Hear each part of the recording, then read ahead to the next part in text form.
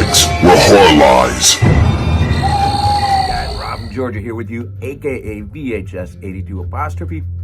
I'm your regular Wednesday evening host here at BodyBags, and so I welcome you to the middle of the week as we near the end of yet another month.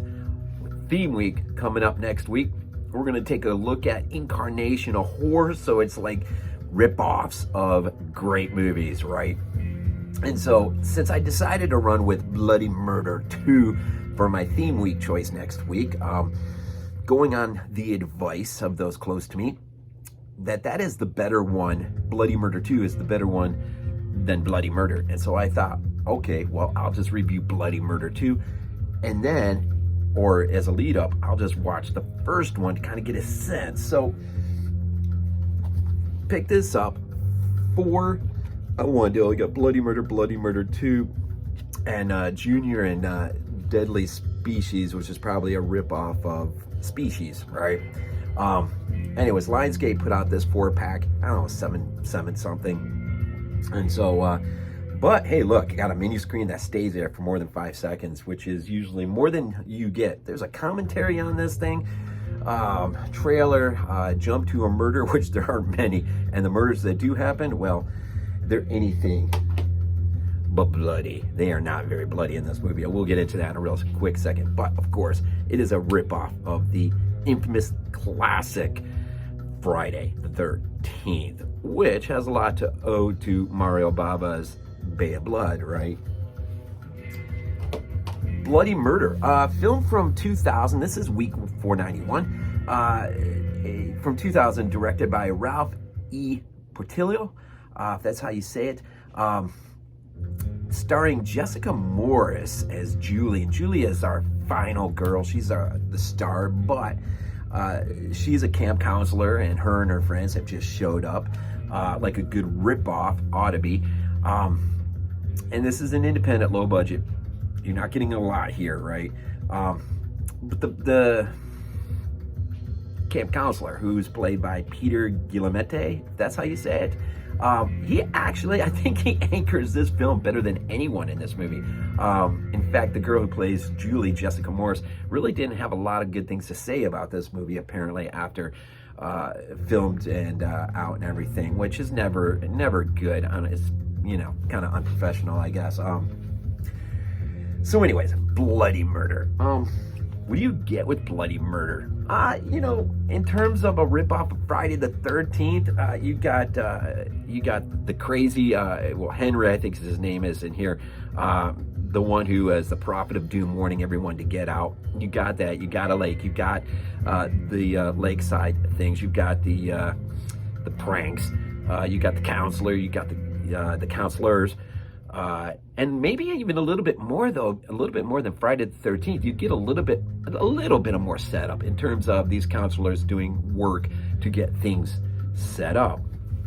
But because of the lack, probably I would assume, the lack of money, it is anything but bloody. Now, I think there's one practical gag that actually does work pretty good. And I'm not saying they don't work. It's just a lot of suddenly, you know, it's the kill scenes coming, just about to be, and boom, we go off screen completely. Sometimes we will get a scene with a murder, but it's you could just tell it was limited, and so the filmmakers were very, very well restrained. Now, here's the interesting thing about Bloody Murder, and if you want to know more about it, the Hysteria Continues did a really good podcast on it. It felt, Bloody Murder feels like, you know, when you're watching, say, Scream, and you got that movie within a movie. Even better example, Demons 2, whatever. You got the movie within the movie going on, and sometimes you're like, if you're like me, you're like, can we please get a full-length feature of this movie within a movie, because I really want to see that. And so Bloody Murder it kind of had that feel.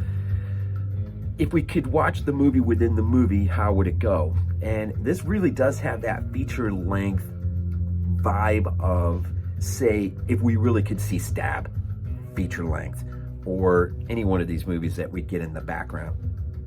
And apparently there is The counselor, it's not a movie within a movie, but the counselors are chilling out one of the nights watching a horror movie. And I can't remember the name of it, but I'm pretty sure it was Fever Lake, an earlier film by the same director, except they changed the title of it, of course.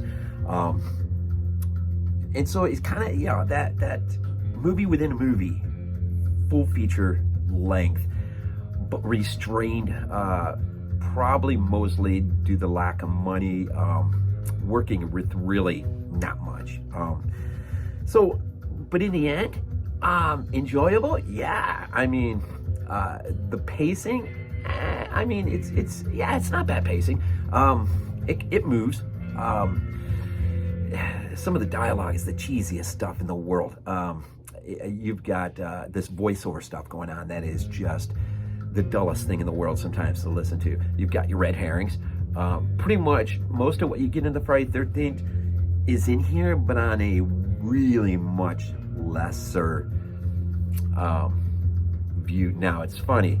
We're talking about, this isn't really a remake. It's more of a, like we're calling it next week, an incarnational ripoff. It is an imitation of something much better. And it's tough to do remakes. I mean, this isn't necessarily a remake, right? Unless you call it a ripoff level remake. But I was gonna say, I'm about to do a video for my Crazy Fives, and I'm dealing with remakes. And I can just tell you right now, the Friday the 13th actual remake is not in that list. And if I actually had to do a top 25 list, boy, it'd be towards the, well, I better not say towards the bottom. 25 is a lot of movies. That's a lot of remakes. It's definitely outside that 10 somewhere. Maybe around the 15 mark, maybe. I don't know. I really have to think about it. But the other thing this movie's got going, the cinematography is not really that bad when you really consider what they're working with. It's actually shot pretty good. The scenes around the lake and everything. The story, real quick, and then I'm just gonna pause out, revolves around, it's not Jason Voorhees, of course, although there are a lot of Jason jokes cracked in this movie. It revolves around the legend of Trevor Morehouse, who is an insane killer thought to believe still living out in the woods, right, wearing a cheap imitation version of a Jason hockey mask, which plays prominent in this movie.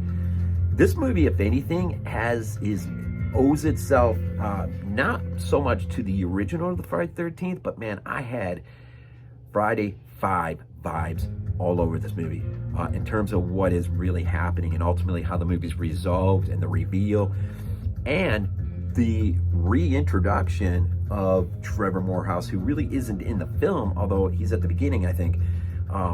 He comes in towards the end, so you got this whole different thing happening, which reminded me of Friday 5 more than it did the original. I guess the setting would be Friday, but the actual story reminds you more of Friday 5. And so, interesting. The story itself's not bad. It's not the worst thing in the world. I wouldn't necessarily run on and tell people, you gotta go watch Bloody Murder and its sequel. But I would say, I agree with those on the Hysteria Continues, you can do a lot worse in terms of films. So anyways, I'm just gonna keep this one short today. There's not really much more to say about this thing, though it is, I don't know how far, if it's free on Tubi or YouTube or something, you got nothing better to do, and you just want to see a good ripoff, or at least one that's not so bad. It's not as bad as some. Check it out. But next week, they all say the gore is amped up a little bit in Bloody Murder 2, and that is the one to really key on. And so I'm excited to check that one. And I also say one more last thing, and I'm out.